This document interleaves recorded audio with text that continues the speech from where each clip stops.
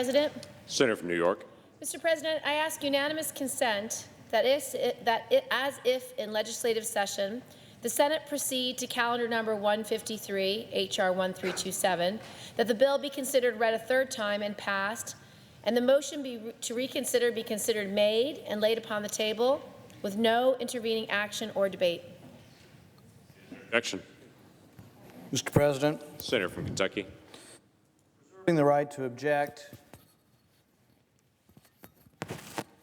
It has long been my feeling that we need to address our massive debt in this country. We have a $22 trillion debt. We're adding debt at about $1 trillion a year.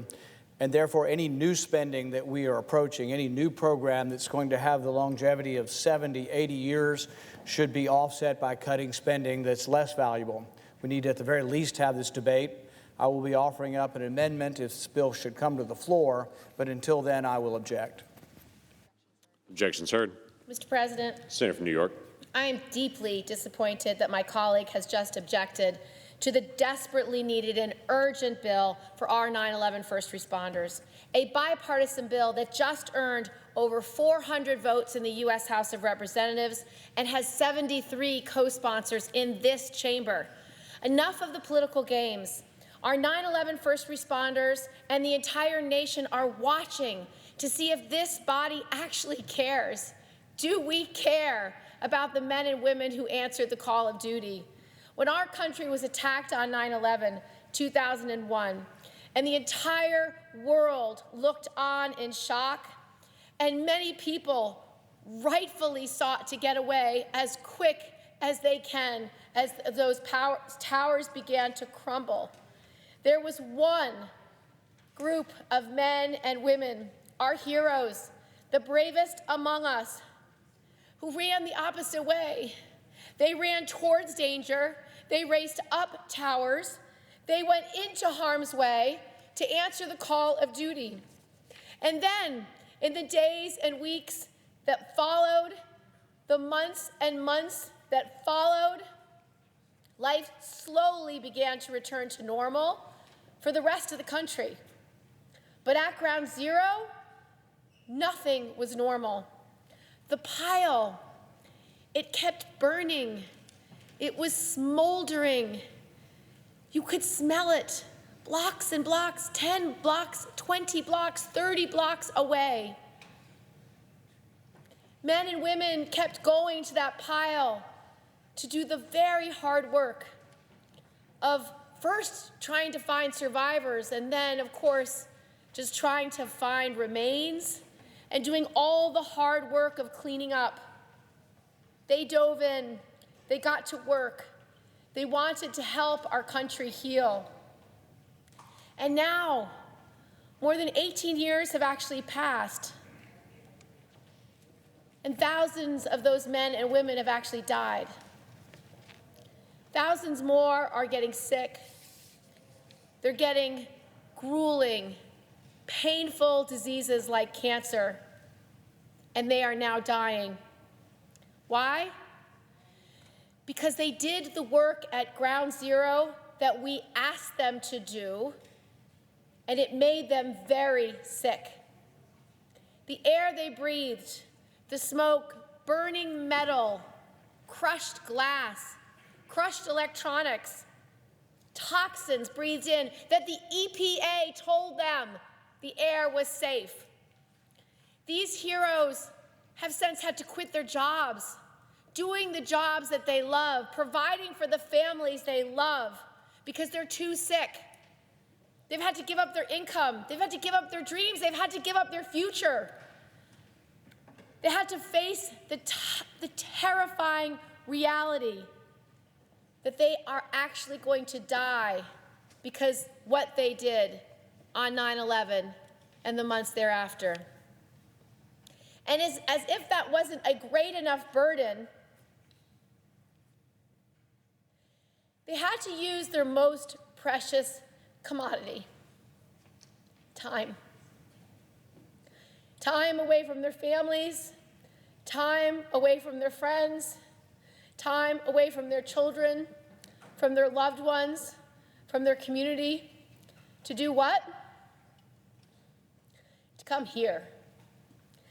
To come here to walk the halls of Congress, to go to office after office, to ask that this body and this government stand by them in their greatest time of need, to ask for the basic compensation that they have earned and deserve, to ask for the health care that could actually keep them alive maybe another year longer and not have to go through bankruptcy, to have to come here week after week, spending thousands of dollars of their own money, sacrificing the time and energy that they've had left. I've seen first responders in wheelchairs, attached to oxygen tanks, spending their last moments here in Congress, just asking that we do the right thing. And almost a decade ago, 9 years after the attacks, Congress finally listened. We passed a health care and compensation fund for the people who got sick because of 9/11. But that compensation fund was only designed to last for 5 years. Because you know how this place works, and they wanted to make sure it worked right. They wanted to make sure every I was dotted and every T was crossed. They wanted to make sure there could be no fraud, no corruption. Well, of course there wasn't. So it was limited. And these first responders, many of them sick and some dying, had to come back again and again and again and spend more of their time walking these halls. So eventually we passed another compensation bill, but again, it was for another 5 years. Even though thousands of 9/11 first responders are sick and even more will become sick, they still had to come back. Even though some of these diseases are lifetime diseases, more will die, and now, sadly, the fund is running out. The 5 years aren't over yet, and the federal government is already having to tell these families who have gotten cancer and died since 9/11 that we've actually run out of money for them, that the compensation that they've earned and the need the families have will be cut by up to 70%. And once again, sick and dying first responders are being forced to come here, to knock on our office doors, to remind members of Congress what they did on that day and the weeks and months since, and to tell them their personal stories of how painful it is to lose everything you love. First, your ability to work, then your ability to play with your kids, then the ability to eat, and then the ability to breathe. So I believe we have a responsibility, a sacred responsibility, that anyone in this chamber who has any sense of decency, compassion, or patriotism would listen to our first responders and give them what they need, a permanent compensation program, so that these men and women never have to spend another moment in these hallways again. We could pass this bill right now, but instead, my colleague has objected, asking people to come back over and over. Everyone loves to point fingers in this place. Where there's nowhere else to point that finger today than this chamber. The House has already passed the bill overwhelmingly, 402 to 12. It's about as bipartisan as it gets. And shame on those 12 members who voted no. The same bipartisan bill, the one I just called on my colleagues to pass, already has 73 co-sponsors. 73. When was the last time that happened? And I want to say how grateful I am to my Republican colleague from Colorado, Senator Gardner, for leading this bipartisan bill with me. Mr. President, in these divided times, what other bill can you imagine would have so much support by both parties? Enough is enough. We should pass this bill today. We should have passed this bill today. and I hope we can pass this bill with no further delay. I yield the floor. Mr. President, Democratic leader. first let me thank my colleague, friend, the senator from New York, for the amazing work she has done to get this bill to this point. She has worked long and hard on this for years and years and years, with compassion, with dedication, with intelligence, with persistence, and the bill wouldn't be here today without her hard work, so I thank her for that. I also want to thank, I know there are police and firefighters in the gallery over here. I want to thank them for coming. You are the people who got this done. You are the people who made this happen, more than any of us, more than anyone else. The heroes of 21st century America have names like Zadroga and Pfeiffer and Alvarez, for whom this bill is named. 3 of the thousands who rushed to the towers bravely and lost their lives because of their bravery and selflessness. I would say to my friend from Kentucky, throughout the history of America, when our young men and women and older men and women volunteered in the armed services and risked their lives for our freedom, we came back and gave them health care.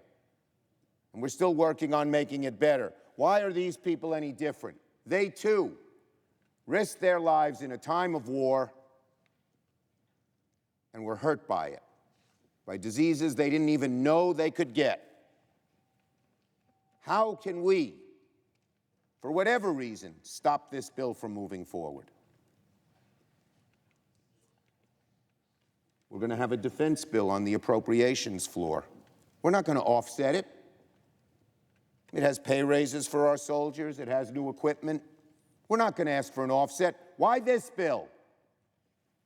Why is it different? It's not. This fund needs to be fully funded. I'd say to Leader McConnell, the House leadership, hardly people who aren't careful with the dollar, sometimes too careful, but Kevin McCarthy and Scalise, the Freedom Caucus leader, Mark Meadows, all voted for it. Why are we holding this bill up? If we put it on the floor today, we could pass it and be on the president's deck this week. And those brave people here and the many more who came would not have to come again.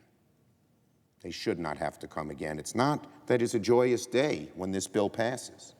They're going to have to return to nurturing their brothers and sisters who are sick and to worry if they might get sick from all the gunk that was in the air that poisoned their systems, their lungs and their digestive systems and their kidneys and their livers.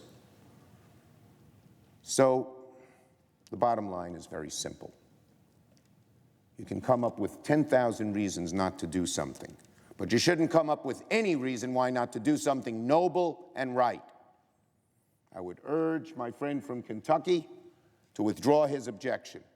I would urge my Senator McConnell, the leader, to put it on the floor now. And we can let these folks in the gallery and the so many others do to what they need to do. Help their families, help their friends, and make sure their health is given the best protection possible. I yield the floor. Senator from New York. I just want to thank Senator Schumer for being such an extraordinary advocate for the men and women who served our nation. This bill would never have gotten this far without his leadership, without his dedication, and without his absolute commitment to men and women in the gallery, as well as the men and women in all 50 states throughout this country.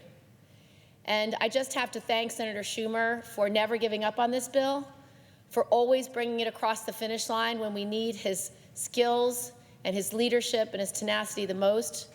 And I just want to thank him for the record for his undying commitment to the men and women who serve this nation. I yield the floor.